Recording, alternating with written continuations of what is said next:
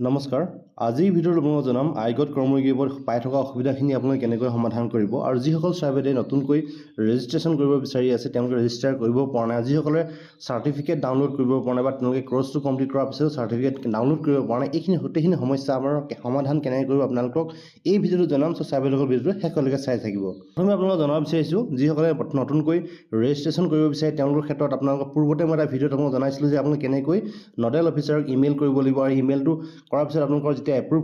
কৰাৰ পিছত আপোনালোকে ৰেজিষ্ট্ৰেশ্যন কৰিব পাৰিব যোৱাকালি এটা ভিডিঅ' কনফাৰেন্স যোগে আৰু মিটিঙত যিসকল নডেল অফিচাৰ আছিলে ষ্টেট নডেল অফিচাৰসকলে তেওঁলোকে এটা কথা জনাইছে যে তেওঁ বহু ইমেইল লাভ কৰিছে আৰু সেই ইমেইলসমূহ এটা এপ্ৰুভ কৰাৰ ক্ষেত্ৰত তেওঁলোকৰ যথেষ্ট অসুবিধাৰ সন্মুখীন হৈছে কাৰণ তেওঁলোকে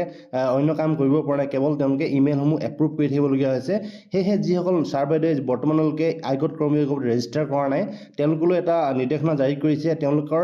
যদিহে তেওঁলোকে ৰেজিষ্ট্ৰেশ্যন কৰিব বিচাৰে ডিষ্ট্ৰিক্ট MSৰ লগত যোগাযোগ কৰিবৰ কাৰণে নিৰ্দেশনা জাৰি কৰিছে দেখিলোঁ পাইছে এখন চিট লৈ আহিছে আপোনালোকৰ মাজলৈ আৰু এই চিটখনতে আপোনালোকৰ ডিটেইল আপোনালোকে ফিল আপ কৰি MISক আপোনালোকে ফৰৱাৰ্ড কৰিব লাগিব আৰু MISসমূহে ডিষ্ট্ৰিক্টৰ পৰা যিসমূহ নতুন এমপ্লয়ী আছে তেওঁলোকৰ ৰেজিষ্ট্ৰেশ্যন ফৰ্মসমূহ তেওঁলোকে কালেক্ট কৰাৰ পিছতে তেওঁলোকে ষ্টেটলৈ ফৰৱাৰ্ড কৰিব আৰু ষ্টেটলৈ ফৰৱাৰ্ড কৰাৰ পিছতে ষ্টেটৰ যি নডেল অফিচাৰসমূহ আছে সেই নডেল অফিচাৰসমূহে তেওঁলোকৰ এপ্লিকেশ্যনসমূহ এপ্ৰুভ কৰিব বুলি এই মিটিঙত জনাইছে আপোনাক জনাব বিচাৰিছোঁ এইখিনি যিসকলে নতুনকৈ আইগত কৰ্মযোগত ৰেজিষ্টাৰ কৰিব বিচাৰে তেওঁলোকে কাইণ্ডলি এইখন ফৰ্মেট আছে এই ফৰ্মেটখন আপোনালোকে ফিল আপ কৰিব আৰু ফিল আপ কৰাৰ পিছতে ডিষ্ট্ৰিক্ট যি MIS আছে তেওঁক ফৰৱাৰ্ড কৰিব আৰু তেওঁ ষ্টেটলৈ ফৰৱাৰ্ড কৰাৰ পিছতে আপোনালোকৰ যি ৰেজিষ্ট্ৰেশ্যন প্ৰক্ৰিয়াটো সমাপ্ত হ'ব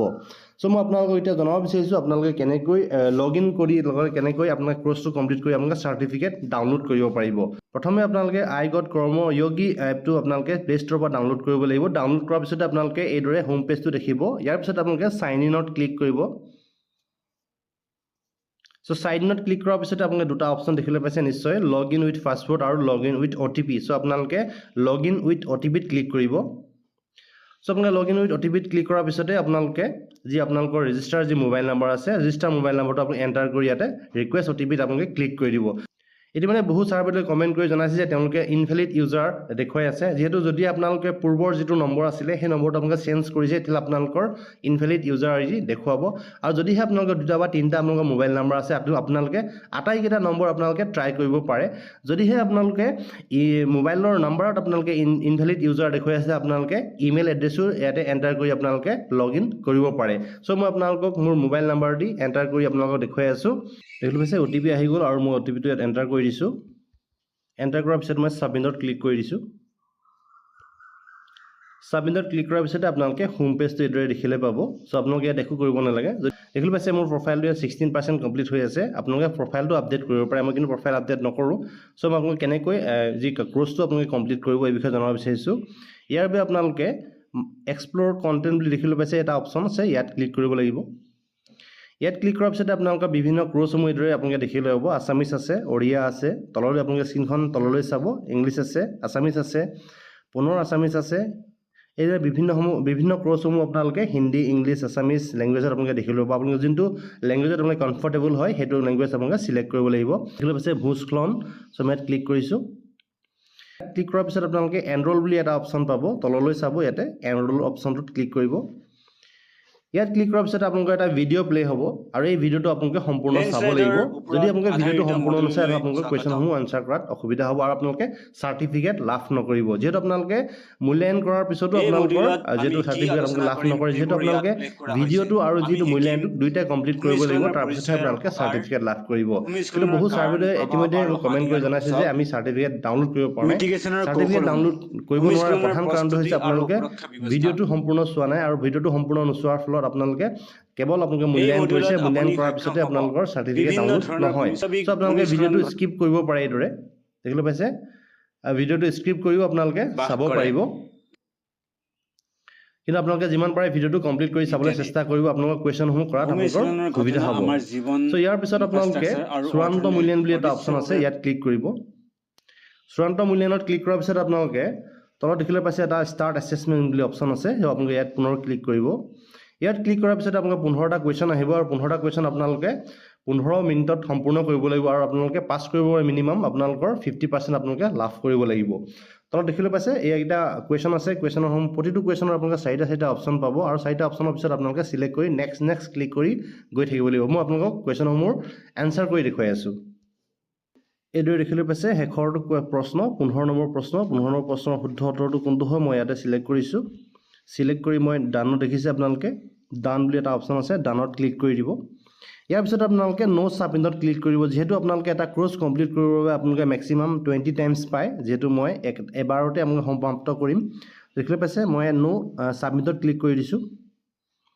ইয়াত ক্যালকুলেটিং দেখাই থাকিব আপোনালোক কিমান নম্বৰ লাভ কৰিব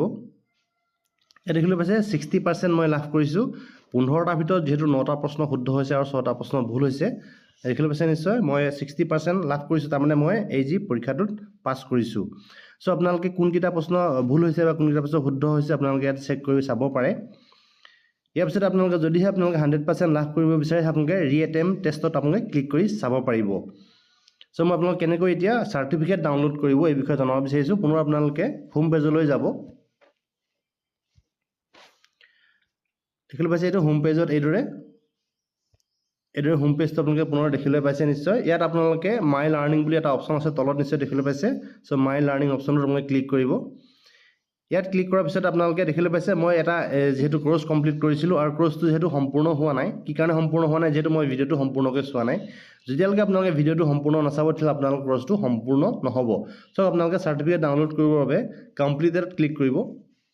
দেখিবলৈ পাইছে মই পূৰ্বতে দুটা কোৰ্স কমপ্লিট কৰিছোঁ দুটা কোৰ্সৰ যি সাৰ্টিফিকেট ডাউনলোড কৰিব পাৰি কিন্তু মই এই যেটো কোৰ্স কৰিছিলোঁ এই কোৰ্সটো ডাউনলোড কৰিব পৰা নাই কি কাৰণে কৰা নাই যেহেতু মই ভিডিওটো সম্পূৰ্ণ চোৱা নাই যেহেতু কোৰ্সটো মই কমপ্লিট কৰিলোঁ আৰু পাছো কৰিলোঁ কিন্তু মই ভিডিওটো সম্পূৰ্ণ চোৱা নাই বাবে বৰ্তমানলৈকে এই যি কোৰ্সটো পেন্ডিং হৈ আছে বা প্ৰসেসিংত আছে সো ভিডিওটো কেনেকৈ সম্পূৰ্ণ চাব মই জনাব বিচাৰিছোঁ পুনৰ আপোনালোকে হোম পেজত ক্লিক কৰিব